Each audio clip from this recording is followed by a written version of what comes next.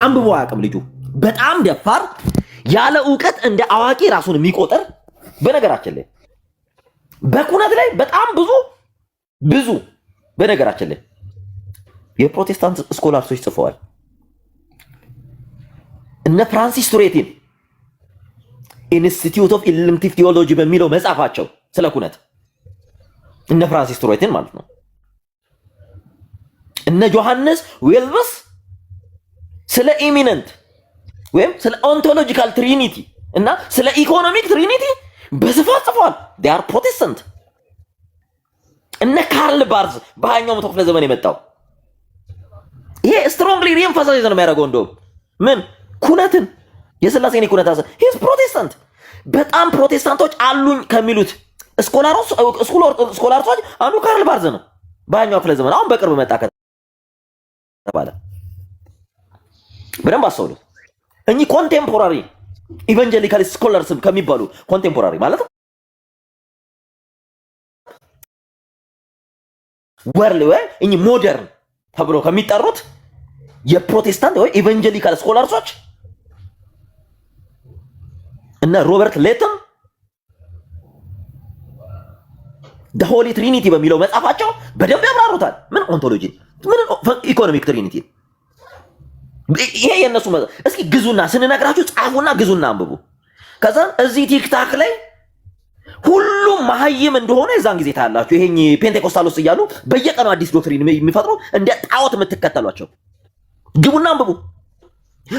ኦንሊ ጂሰሶች ናቸው ኦርቶዶክሶች። ኩነት ኦርቶዶክስ አያውቅም እኮ ምንም የሚያውቀው ነገር የለም። አንድ ክርስቲያን ኩነትን ካልተቀበለ ሂስ ፓጋን 101 ሚሊዮን ዓመት ኢየሱስ ቢል ኢየሱስን አያውቀውም። ኩነትን ካላወቀ ኩነትን ካልተቀበልክ አንተ እግዚአብሔርን አታውቅም ማለት መጽሐፍ ቅዱስን አታውቅም ማለት ነው። ኢቭን በፕሮቴስታንት ስኮላርሶች ሳይቀር በደንብ ተደርጎ የሚብራራ ትምህርት እኮ ነው ኩነት። ኢኮኖሚክ ትሪኒቲ፣ ኦንቶሎጂካል ትሪኒቲ። እዚህ ይመጣና ልክ ይሄ የኦርቶዶክስ ግምት ያለ ጥላቻ ስላለበት ይመጣና ይሄ ኦርቶዶክስ ትምህርት ነው ይሄ እንዴ አንተ ዶክተር ተስፋዬ ቢለኝ እንኳን ቁጭ ብሎ እኔ አንድ ማልቀበለው የኦርቶዶክስን የሥላሴ አስተምሮ የለም ያለው ይሄ ዶክተር ምትለው የሱ መጽሐፍ እንትን ምትለው እነ ፍሬድ ሳንደርስ ኮንቴምፖራሪ ኢቫንጀሊካል ስኮላርስ ከሚባሉ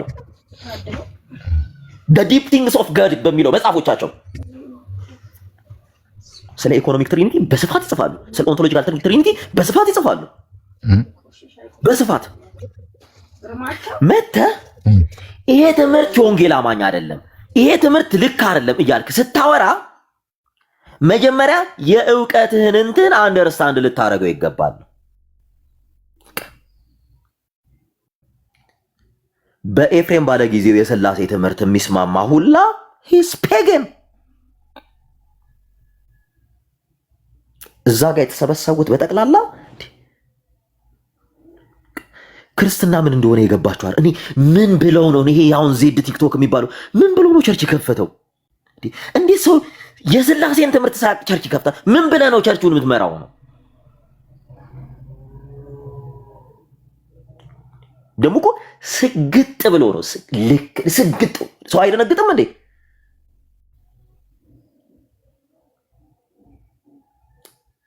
አሳይመንት ውሰዱ ፕሊስ። በቃ አሳይመንት ውሰዱና የኛ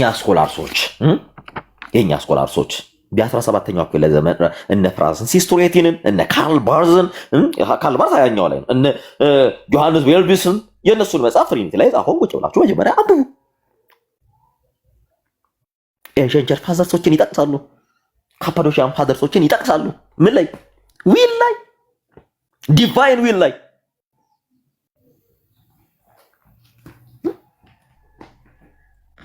ለእግዚአብሔር እንዴ ፈቃድ ምን አይነት ትምህርት ቢኖራችሁ ነው ግን? እኔ የምሬ ምንድን ነው እያሰማሩ ወረቀት የሚሰጧችሁ ግን?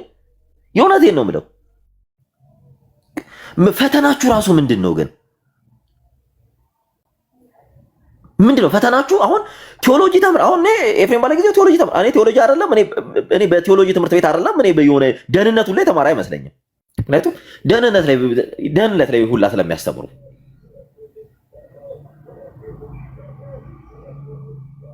ቁጭ ብለህ አጋንንታዊ ከሆነ ትምህርት ጋር ትስማማለህ? ሶስት አምላክ ከሚል ሰው ጋር ቁጭ ብላ ዲቫይን ዊልን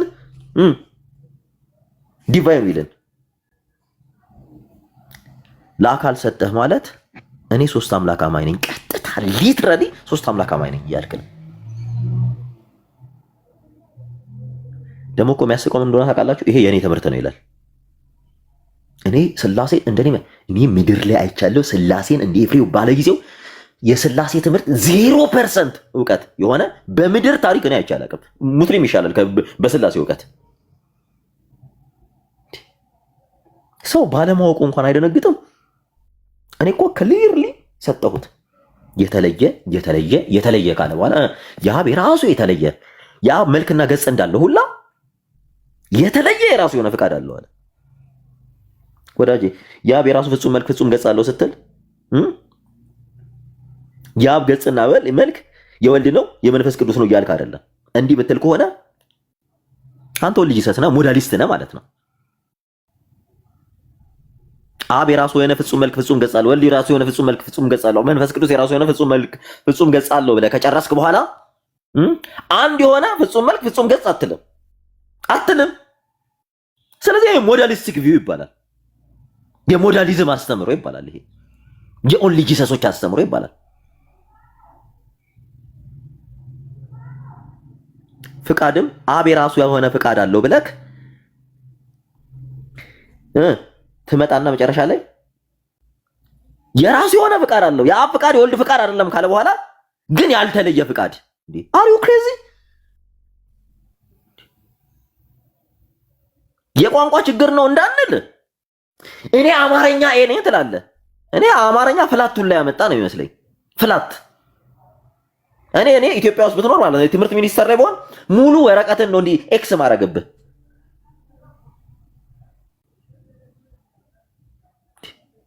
በጣም እኮ ነው የሚገርመው።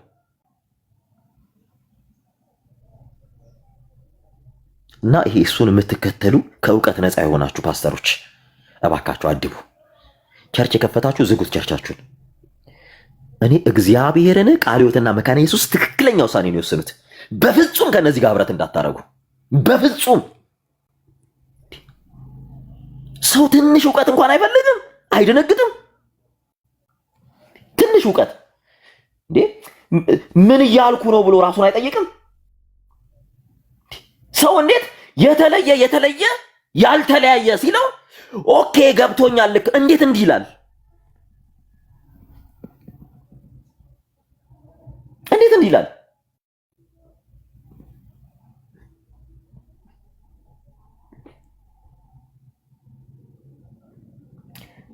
እና ፕሊስ ከኤርሊ ቸርች ፋደርስ ጀምሮ መመልከት ትችላላችሁ። ከኤርሊ ቸርች ፋደርስ ጀምሮ ይሄ የስላሴ ፎርሙላ የመጣው ከዲዳኬ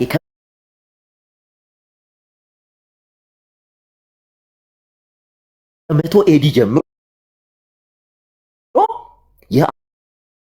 አስተምሮ በመጽሐፍ ደረጃ ፐርሲስት አድርጎ የተቀመጠ ትምህርት ነው። ይሄ አን ኤርሊ ቸርች ማኑዋል የሚባለው ዲዳኬ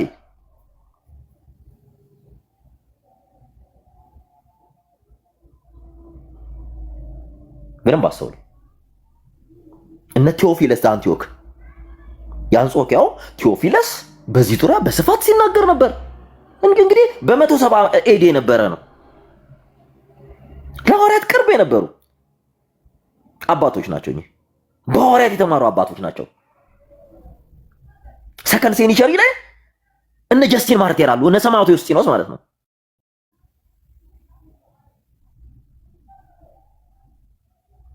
በጣም አስተውል። ይሄንን እነ ተርቱሊያም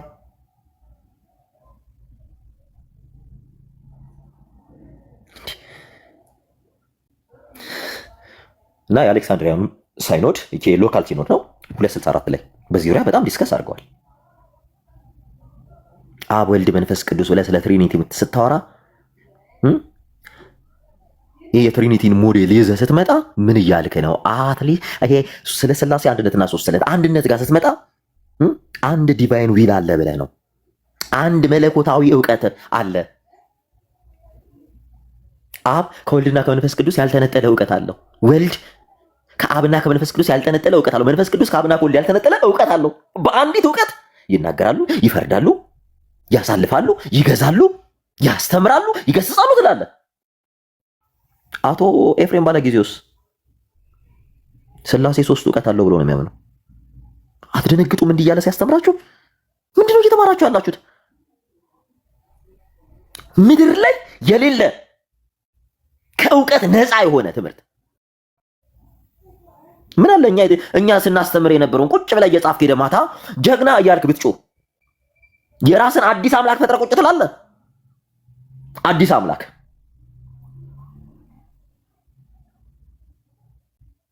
እና በደንብ አስተውሉ። ስለ ኢሰንስና ዊል ኤፍሬም ባለጊዜው እውቀቱ የለውም። ስለ ኢሰንስ ስታወራ ስለ ኦዣ ወይም ስለ ሰብስታንሺያ ነው የምታወራው።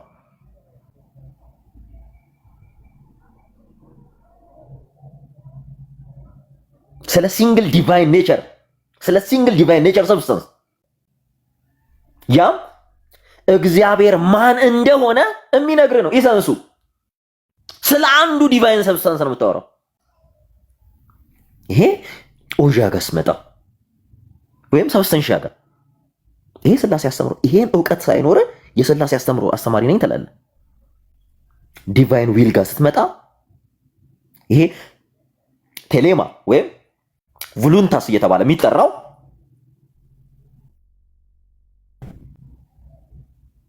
እያወራ ያለው ስለ ስላሴ አንዲቱ ፍቃድ ነው። በደንብ አስተውል። it is a faculty of the divine nature so where the essence is one the will is also one ብሎ ነው ዲፋይን ራሱ የሚያደርግልህ። ባህሪም ፈቃድም አንዲት ናት። ዲፊኒሽኑን እንኳን ገብተህ ስታነበው በደንብ አስተውሉ፣ በደንብ አስተውሉ። ይሄን ትምህርት እነማን አስተማሩ ሲባሉ የሞኖቴሊቲዝም አማኞች እነማን ናቸው? የቀደመችዋ ቤተክርስቲያን። ሞኖቴሊቲዝም ማለት ዋን ዊል ማለት ዋን ዲቫይን ዊል ማለት ነው። ሞኖቴሊቲዝም ይሄን በጠቅላላ የቀጰዶቅያ አባቶች ካፓዶሻን ፋዘርስ በሙሉ ይቀበሉታል። እነማን ናቸው? ቴምባዲል ዘ ግሬት፣ ቅዱስ ጎርጎርዮስ ደኑሲስ፣ ቅዱስ ጎርጎርዮስ ዘንዚናሱ። እንግሊዘኛውን ልንገራችሁ። ቴምባዲል ዘ ግሬት፣ ግሪጎሪ ኦፍ ኒሳ፣ ግሪጎሪ ኦፍ ናዲያንቱ። እኚህ የቀጰዶቅያ አባቶች በአንድ ድምፅ ዋን ዲቫይን ዊል እንዳለ ይናገራሉ።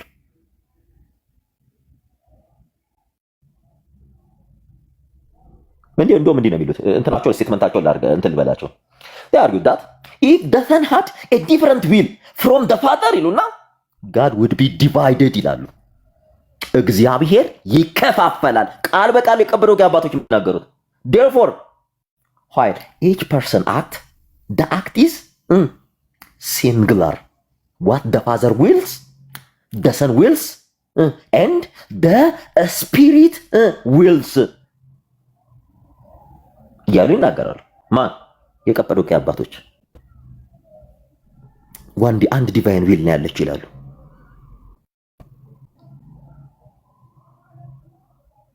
እና እባክህ ኤፍሬም ባለጊዜ በተቻለ መጠን ወጥተህ ባታወራ። እነ ሴንት ኢግናቲየስ እነ ቅዱስ አትናቴዎስ አሪዮስ እንዲህ ባንክ ያደረጉት በዚህ ነው። ወልድ በባህሪው ፍጡር ሲል ኖ ወልድ በባህሪው ፍጡር አይደለም። አምላክ ወልድ አምላክ ነው። የአብ የሆነ ሁሉ የሱ ነው፣ የሱ የሆነ ሁሉ የአብ ነው እያሉ ፈቃድን ነው ሲያብራሩ የነበረው።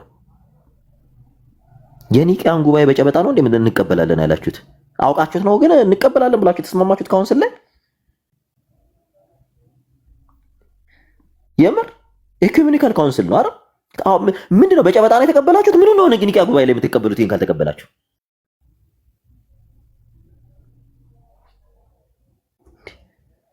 እናንተ ሰው አያወግዝም? ልክ አይደለም አይልም? ምን ሊል እንደፈለገ እንረዳው ትላለህ? ቃል በቃል ሰው እንዴ ፍቃድን ለአካል ሰጥቼ ነው ማብራራው እያለ ምን ሊል እንደፈለገ እንስማው ትላለህ? ምን እንዲል ነው የምትፈልገው ከዚህ በላይ?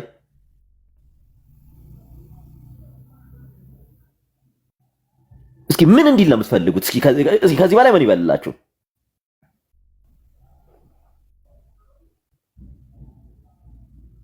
እንደውም ቅዱስ ዮሐንስ ዘደማስቆ ይሄን እንደውም በምሳሌ ነው ሁላ የሚያብራራላቸው።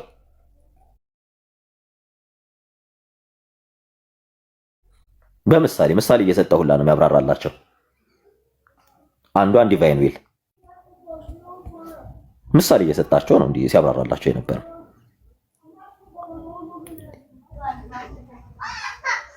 እና ፕሊስ ዌክ አፕ። በቃ ይሄ አንዳንድ ጊዜ ጀዝብ ባትሉ ጥሩ ነው። ዊልን ለአካል ሰጥቶ ያስተማረ አንድ አባት የለም።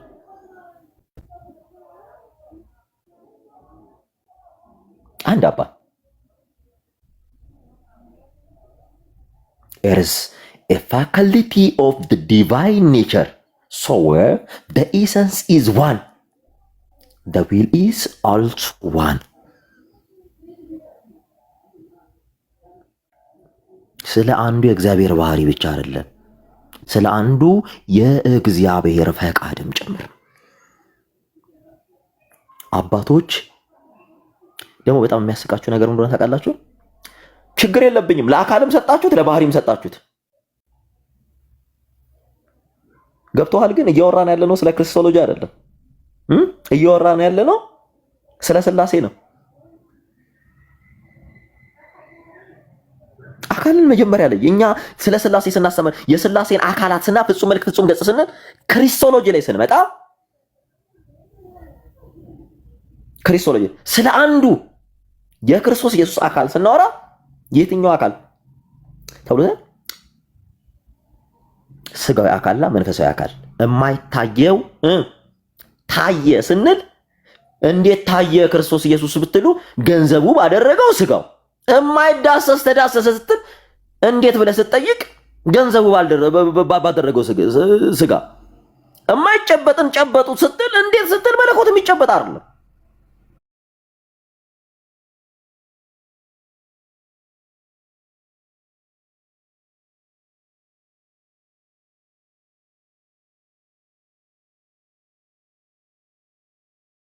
መልክ ፍጹም ገጽ አለው። መች ስትባል ጥንት ዓለሙን ከዘመን በፊት ከፍጥረታት ሁሉ በፊት በዘመናት ልኬት ውስጥ የሌለ ካይሮኬኔሲስ ብለን የማንናገርለት አምላክ የራሱ ፍጹም መልክ ፍጹም ገጽ አለው። አብ ወልድስ የራሱ ፍጹም መልክ ፍጹም ገጽ አለው ነው የምትለው። መንፈስ ቅዱስስ የራሱ ፍጹም መልክ ፍጹም ገጽ አለው እያልክ ነው የምታወራው። ይሄ በአካል ሶስት ናቸው ብለህ ስትናገር በአካል ሶስት ነው ስትል ምን እያልክ ነው ለሚሉ የምትሰጠው ምላሽ ነው። አብን ወስደክ የአብ ፍጹም መልክ ፍጹም ገጽ የወልድ ነው፣ የወልድ ፍጹም መልክ ፍጹም ገጽ የአብ ነው ብለህ መናገር አትችልም። አካል ሶስትነት፣ ስለ ሶስትነት ነው የምታወራው። ስለ ሶስትነት ስታወራ ስለ ሶስት አምላክ እያወራህ አይደለም። እዚህ ጋር ነው ትልቁ የኤፍሬም ባለጊዜው ምንፍቅና የሚጀምረው እዚህ ጋር ነው። የሥላሴን አስተምሮ ሳያቅ ነው እዛ ጋር ብዙ የአረብ ሀገር ሴትና አውሮፓ አሜሪካ የሆነ እንዲህ ሃይማኖት ትውውቅ አይደለም ወዳጄ፣ እናቴ ሃይማኖት ትውውቅ አይደለም። ወከፕ ንቂ፣ ስተትን ስተት በል። የመጣ ሁሉ አዲስ ሃይማኖት እየፈጠረ ይነዳቸዋል እንዴ?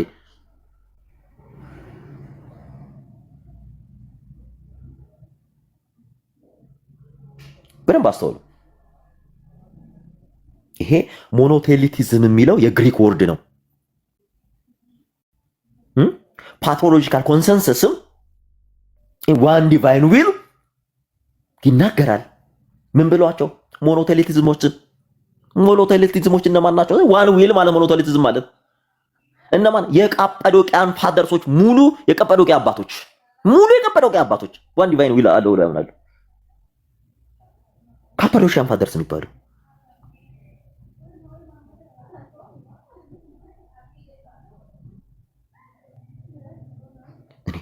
ከየት የመጣ ትምህርት ነው? በእናታችሁ የማን ትምህርት ነው ሲባል የእኔ ትምህርት ነው።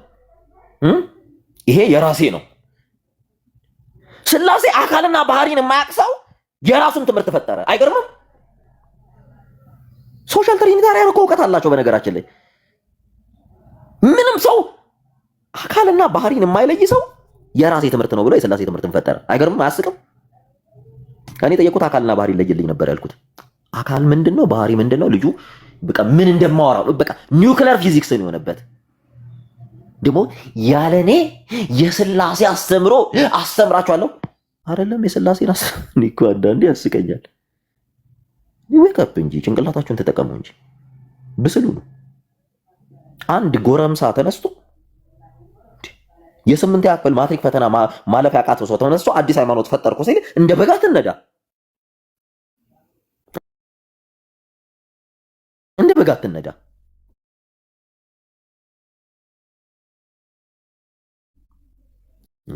ኮንሽሱ ነው እንጂ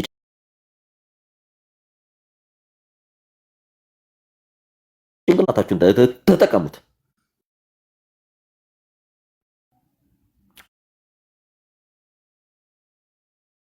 ሾርት ተርም ምንም ሎንግ ተርም ምንም ሚሞሪያችሁን ተጠቀሙበት። አእምሯችሁ ለትምህርት ይሁን። እራሳችሁ ለትምህርት አዘጋጁ። እየተሰማ ያለው በጴንጤቆስጤው ዙሪያ አሁን በየጊዜው እየወጡ እየተናገሩ ያሉት አንድ አባት የላቸው፣ ሲስተም የላቸው፣ ስርዓት የላቸው፣ ተውም የላቸው የለ። በየጊዜው አዲስ ልምምድ፣ በየጊዜው አዲስ ትምህርት። ወዶ እኮ አይደለም ኤፍሬም የሚባለ ጊዜ በድፍረት የወጣው ወዶ አይደለም። በነገራችን ላይ ያል በየጊዜው የሚጻፍ መጽሐፍ አዲስ። እኔ አሁን እንደውም ማን ነበረ ጳውሎስ በፈቃዱ የጻፈውን በስላሴ ዙሪያ በጣም ደንግጠን እንደውም ባለፈው ስንታቸው ነበረ። ኢቭን ይሄን አስተካክል ተብሏል የእግዚአብሔር ልጅ በሚለው መጽሐፉ። ጳውሎስ በፈቃዱ እንኳን በስላሴ ላይ በቂ እውቀት አለው ብሎ መናገር በቃ እውቀት የለውም ነው እሱ ራሱ። መጽሐፉ ራሱ በጣም ሮንግ በሆኑ ትምህርቶች የተሞላ ነው። አስተያየት ተሰጥቶታል እሱ። ሌላ እኮ አይደለም ጴንጤው አይደለም አስተያየት የሰጠው። የእግዚአብሔር ልጅ ብሎ ሲቀውጠው የነበረው መጽሐፍ በጠቅላላ ሄራሲ በሄራሲ ምንፍቅና በምንፍቅና መጽሐፉ ምንፍቅና ሙሉ መጽሐፉን ስታዩት አንዱ ሐሳብ ከአንዱ ሐሳብ ይጋጫል። እኔ ቁጭ ብዬ እኔ በቃ አይኔን እንዲዤ ነው በቃ አንተን ያልኩት። በእግዚአብሔር ስም ነው ያልኩት። እንግዲህ አለ ሚሉት እንዲህ ነው ሚሉት። ጳውሎስ በፍቃዱ እንኳን ስለ ስላሴ ያስተምረው እውቀት የለም። ይሄ ነገር ከየት መጣ ስትሉ አንድ የቀድሞ አባቶችን ትምህርት ሪፈር ባለማድረግ፣ ሁለት የቋንቋም ችግር ይመስለናል። ሶስተኛ ነገር ደግሞ የትምህርት ችግር። የትምህርት ችግር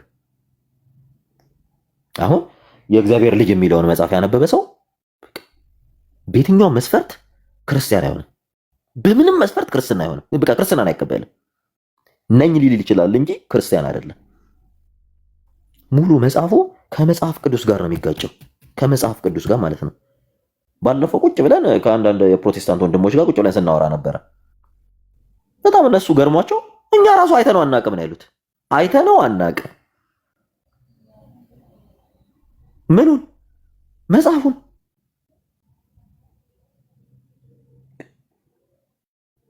ግቡና መጽሐፉን ቁጭ ብላችሁ አንብቡ። መሀይም አትሁኑ። እሺ። ጳውሎስ ፍቃዱ በጣም ብዙ ቁጭ ብሎ መማር ያለበት ሰው ነው። እንደዚህ ያገነናችሁት ሪላቲቭሊ እኮ ከናንተ በትምህርት በእውቀት ይሻላል ተብሎ የሚጠራ ሰው እንጂ እውቀት አለው እየተባለ አይደለም የሚጠራው እሱ። ገባችሁ? ብላክ ኤንድ ዋይትሊ ቁጭ በልና መጽሐፉን ቁጭ ብላችሁ መጀመሪያ አንብቡት። እሺ። ችግሩ ከየት ነው የሚመጣው ስትሉ ችግሩ ከየትም አይደለም።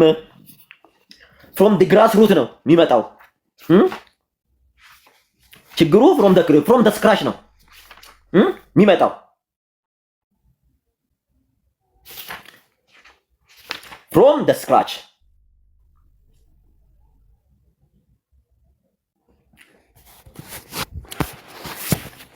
እንግዲህ ስናወራ እናንተ እንደ ጣዖት ያስቀመጣችሁትን ሰው ለምን እዚህ መጽሐፉን አላሳያችሁም? አንዷን ፓርት አሳያችኋለሁ፣ ቁጭ ብላችሁ ሌላውን ፓርቲው። ምክንያቱም እናንተ ቤት ቦኮ ሀራም ናችሁ፣ እውቀት ጠሎች ማለት ነው።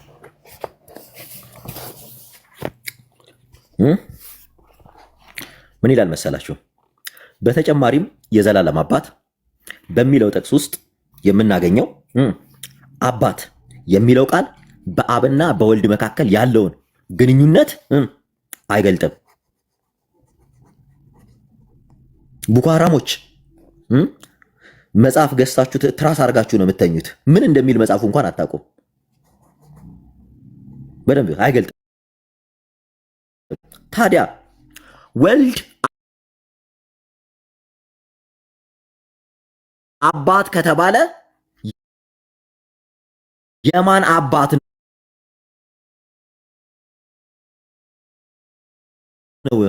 ፍጥረት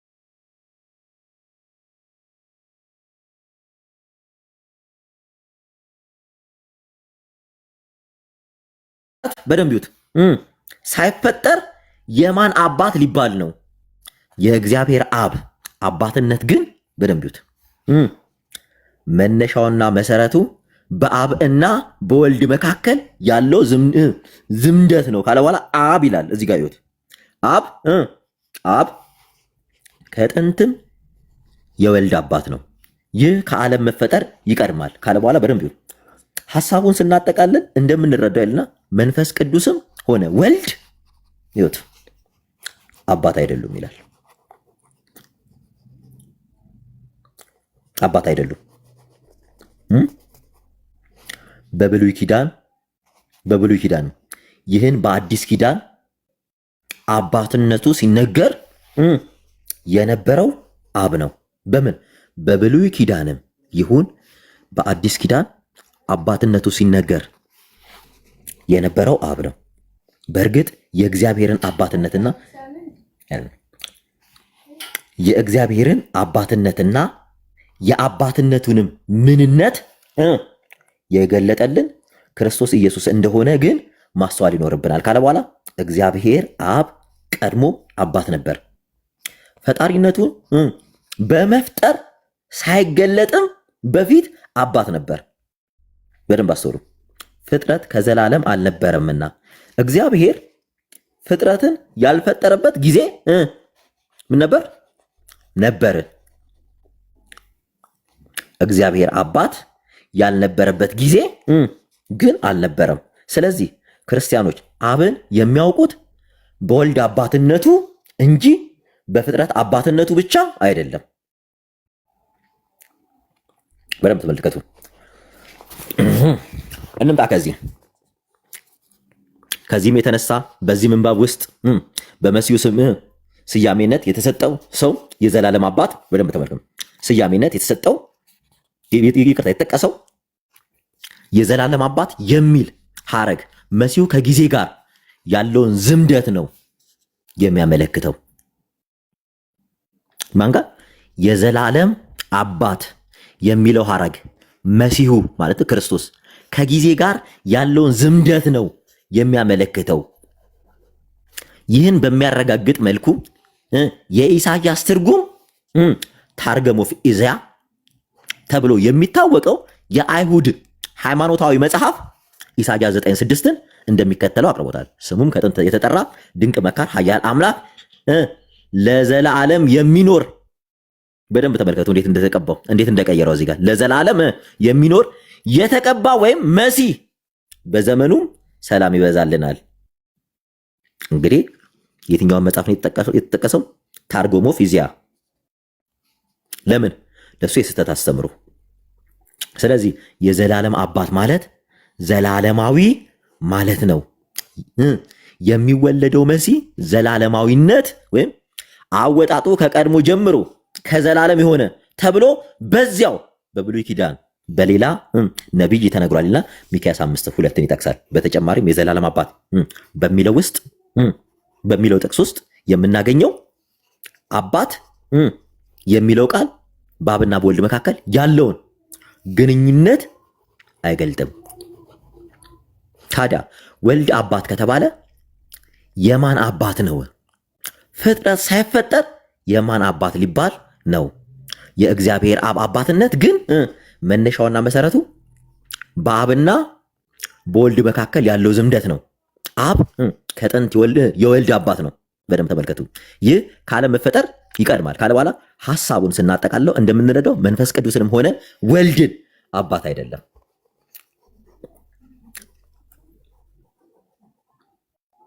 በብሉይ ኪዳንም ይሁን በአዲስ ኪዳን አባትነቱ ሲነገር የነበረው አብ ነው። ስለዚህ የዘላለም አባትህ ክርስቶስ ኢየሱስ አይደለም። ስሙም ድንቅ መካር፣ ኃያል አምላክ፣ የዘላለም አባት፣ የሰላም አለቃ፣ የዘላለም አባት ይባላል ተብሎ ኢሳይያስ 9:6ን ቀይሮት ለክርስቶስ ኢየሱስ አይነገርም ያለው የእናንተም ሰው ነው። ይሁት ለምን እሱ ጋር ትሄዳላችሁ? ለምን እዚህ ጋር አልመጣም? እዚህ ጋር ለመሆኑ መንፈስ ቅዱስ አባት ነውን? የማታነቡትን ትራሳት የምታደርጉትን መጽሐፍ ነው ማሳያችሁ። ለመሆኑ መንፈስ ቅዱስ አባት ነውን ይላል። በመላው መጽሐፍ ቅዱስ ውስጥ መንፈስ ቅዱስ በአንድም ቦታ በአባትነት አልተጠቀሰም። እንግዲህ ስሙ፣ አልተጠቀሰም። እንዲያው እግዚአብሔር ወልድ ሰው ሆኖ ወደ ምድር ሲመጣ እናቱ ማርያም የጸነሰችው በመንፈስ ቅዱስ እንደነበር በግልጽ ተነግሯል ብሎ ይሄን ያስቀምጣል። ማቴዎስ 1:18 ነው። ይህ አገላለጽ መንፈስ ቅዱስን አባት ብሎ ለመጥራት በእጅጉ የተመቻቸ ቢመስልም መንፈስ ቅዱስን አባት አላስባለውም። የጌታችን የኢየሱስ ክርስቶስ አባት አብ እንጂ መንፈስ ቅዱስ አይደለም። ሉቃስ 1:35 በደንብ ተመልከቱ። እዚህ ድረስ እያወራ ያለው ስህተት አይደለም። ድንግል ማርያም ኢየሱስ ክርስቶስን በመንፈስ ቅዱስ ብትጸንስም እዚህ ጋር ነው አሁን እንትኑ በመላው መጽሐፍ ቅዱስ ውስጥ መንፈስ ቅዱስ አንድም ቦታ አባት ተብሎ አልተጠቀሰም። ስለዚህ መንፈስ ቅዱስ አባት አይደለም ኢንቴንሽኑ። ይሄም ነው እያብራራ ያለው። በደንብ ተመልከቱ። ድንግል ማርያም ኢየሱስ ክርስቶስን በመንፈስ ቅዱስ ብትጸንስም አብ እንጂ መንፈስ ቅዱስ ለጌታ ኢየሱስ ክርስቶስ አባት አልሆነም። ለምን ይልና በደንብ ተመልከቱ። መንፈስ ቅዱስ የእኛም የአማኞች አባት አይደለም። ሉክ መንፈስ ቅዱስ የእኛም የአማኞች በቃል አቀባይ በኩል ካልሆነ አላወራም ነው። በቃል አቀባዩ በኩል ማለት በቃል አቀባዩ በኩል ካልሆነ እንትን አይልም። እንዲህ ይሄ የከረፋ መጽሐፍ ይዘህ ቁጭ ብለው ኦርቶዶክስን ትሳደብ ትውላለህ አይደል? እንዲህ አጋንንታዊ መጽሐፍ ቁጭ ብለህ እየተጋትክ እየኖርክ ይኸው መንፈስ ቅዱስ የእኛም የአማኞች አባት አይደለም። ቃል በቃል ከዚህ በላይ ድፍረት ቃል አለ ወይ? ሰው ወደ እግዚአብሔር መንግስት ለመግባት ከውሃ እንዲሁም ከመንፈስ ቅዱስ መወለድ እንዳለበት መነገሩ ዮሐንስ 3:5-8 መንፈስ ቅዱስን አባት አላደረገውም። ይሄን ትምህርት ይዘህ ቁጭ ብለህ ኦርቶዶክስን የተሳደብክ ትውላለህ። እንዲህ አይነት ኑፋቄ የከረፋ የገማ ትምህርት ይዘህ ቁጭ ብለህ ገድል ድርሳን እያልክ አፍን ትከፍታለህ። ስትመጣ አንተ እግዚአብሔርን ክደን የመጣኸው ከሃዲ ነህ ሲባል አይክፋክ፣ አይክፋክ። በዚህ ምንባቡ እስከ ወይም ካይ የሚለው መስተዋድድ በደንብ ተመልከቱ። ፒፕሉ ወዳጄ ዝም ብሎ የራሱን ሃይማኖት እየፈጠረ እየሄደ ነው። ዝም ብሎ ምን አይነት ቤተ እምነት ውስጥ ተቀምጦ ማንን እንደሚተች እንድታውቁ ነው። ካይ የሚለው ውሃ እና መንፈስ የሚሉትን ስሞች በኩል ይገዛል። ስለዚህ በዚህ ውልደት ዮሐንስ 3:5 ነው ውስጥ የመንፈስ ቅዱስ ሚና አባት ካሰኘው ውሃም እንዲሁ አባት ሊሆን ነው።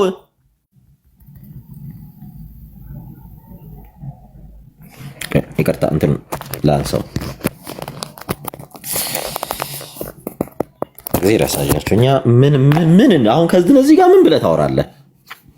ካይ የሚለው ውሃና መንፈስን የሚለው ስሞች በኩል ይገዛል ካለ በኋላ ስለዚህ ይላል በዚህ ውልደት ውስጥ የመንፈስ ቅዱስ ሚና አባት ካሰኘው ውሃም እንዲሁ አባታችን ሊሆን ነው።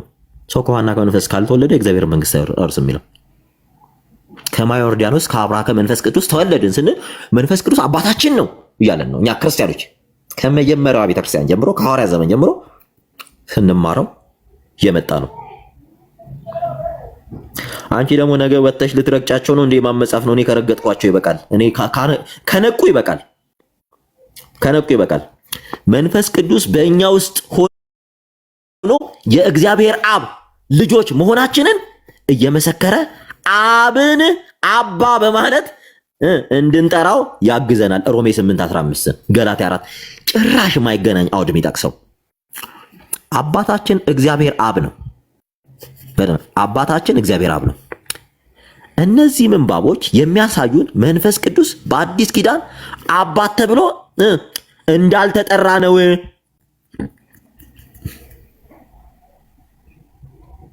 ወይር ሚኒት የሚለው ጩጬ ማን ቤት ነው? እሱን ሰው እሱን ሕፃን ልጅ ማየው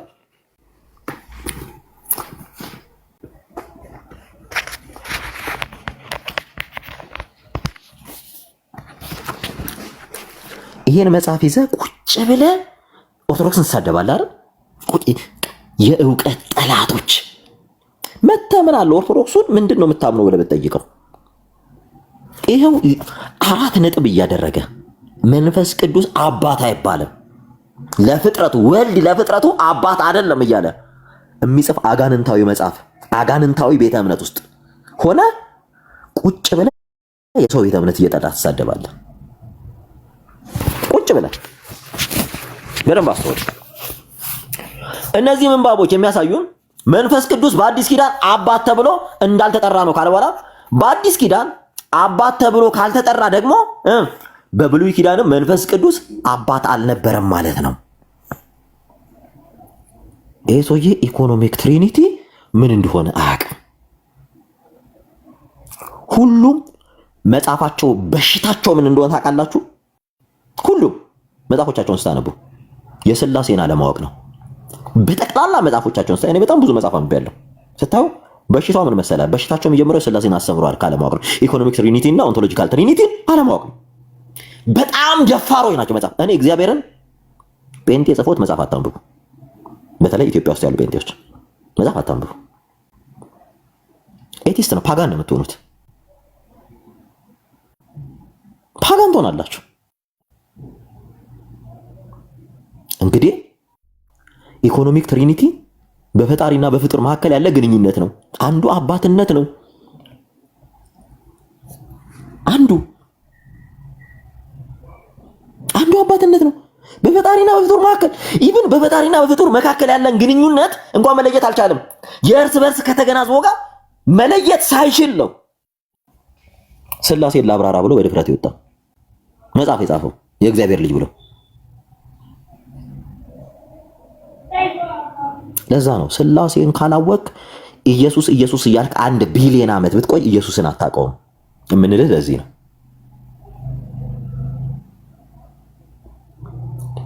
ጎንደሬው አንተ የት ሥላሴን ታምናለህ? እሷን ክደሹ የምትለው አንተ ራሱ የእሷ ኦል ጂሰስ አይሻልም እንዴ ከአንተ 3 አምላክ? ደግሞ እኮ አፍሩም ደግሞ እኮ ኮመንት ይጽፋል ከአንተ 3 አምላክ የእሷ ኦል ጂሰስ አይሻልም እንዴ?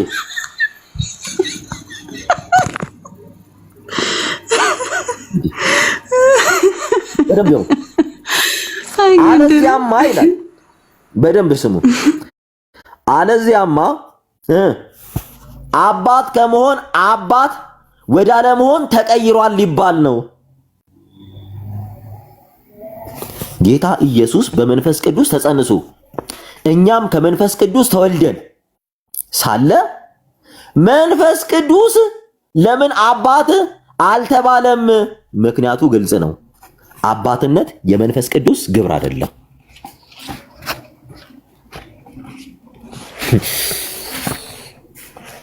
እንትኑ እኮ አሰቃየኝ። የሰውየው ያላዋቂነት በደንብ ተመልከቱት። ይሄ ጳውሎስ ፍቃዱን ነው እየተቸነ ያለ ነው መጽሐፉን። እኔ ሁሉንም መጽሐፎቻቸውን እያወጣችሁ ብታዩ ትደነግጣላችሁ። በቃ ፍጹም ሰው ከእውቀት ነፃ ይሆን ኩሽስ ብለው ምናምን እንደ አዋቂ አክት ወዳጄ እንግሊዘኛና ጣል ስላደረጉ የእንግሊዘኛ ቋንቋና የግሪክ ቋንቋ ገብቷቸዋል ማለት አይደለም። ገባ? ያውቃሉ ማለት አይደለም። የቋንቋን መናገርና የቋንቋ እውቀት የተለያየ ነገር ነው። አብዛው የኢትዮጵያ ሕዝብ የአማርኛ ቋንቋን ይናገራል። የአማርኛን ቋንቋ ተናገረ ማለት የአማርኛን እውቀት ያውቃል ማለት አይደለም። አማርኛንም ያውቃል ማለት አይደለም። ነገር ስለሚለያይ በደንብ ወቁ። በደንብ ጌታ ኢየሱስ ይልና በመንፈስ ቅዱስ ተጸንሶ እኛም ከመንፈስ ቅዱስ ተወልደን ሳለ መንፈስ ቅዱስ ይኸው አባት ከመሆን አባት ወደ አለመሆን ተቀይሯል ሊባለው ካለ በኋላ ጌታ ኢየሱስ ኮንፈርት አሳጣኝ እኮ እንትኔ ቻርጅ ዘክቼ እሺ ይኸው መጽሐፉን ላንብብላችሁ። ይኸው ጌታ ኢየሱስ በመንፈስ ቅዱስ ተጸንሶ እኛም ከመንፈስ ቅዱስ ተወልደን ሳለ መንፈስ ቅዱስ ለምን አባት አልተባለም? ምክንያቱ ግልጽ ነው።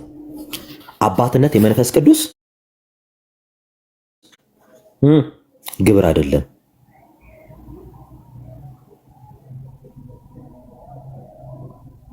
ቀለመ ወርቅ አይተንፍሱ ሌሊት እንደ ሰይጣን ተነስቶ የኦርቶዶክሶች ማርያም እያለ ሲሳደብ ነበረ። የኦርቶዶክሶች ማርያም እያለ ሲሳደብ የነበረው ለምን እንደሆነ ታውቃላችሁ? የኦርቶዶክሶች ማርያም የጌታችን የአምላካችን የኢየሱስ ክርስቶስ እናት ናት። እሱ ማርያም ብሎ የሚጠራት ብዙ ማርያሞች አሉ አይደለ? ጣዖቷን ነው የሚከተሉት፣ ሐሰተኛውን ኢየሱስ ስለሆነ። እንግዲህ እንዲህ አይነት የምንፍቅ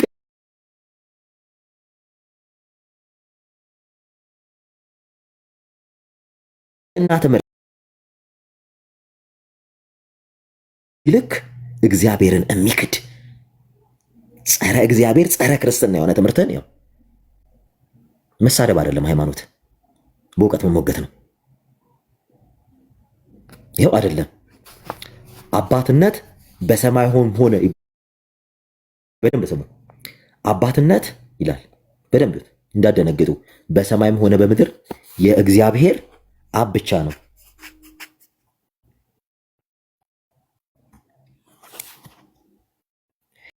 ያህል ግብዬ የአጋንንት ትምህርት ይዘህ ነው ቁጭ ብሎ ኦርቶዶክስ የምትሳደበው። ጳውሎስ በፍቃዱ ችግሩ ምንድን ነው ስትሉ ማሩ ነው። ዶክተር ተስፋዬ ሮቤ ላይ ችግራቸው ምንድን ነው ስትሉ ስላሴን አለመማራቸው። ስላሴን አለመማራቸው ምኑ ጋር አምጥቷቸዋል? በደንብ ተመልከቱ። በፈጣሪና በፍጡር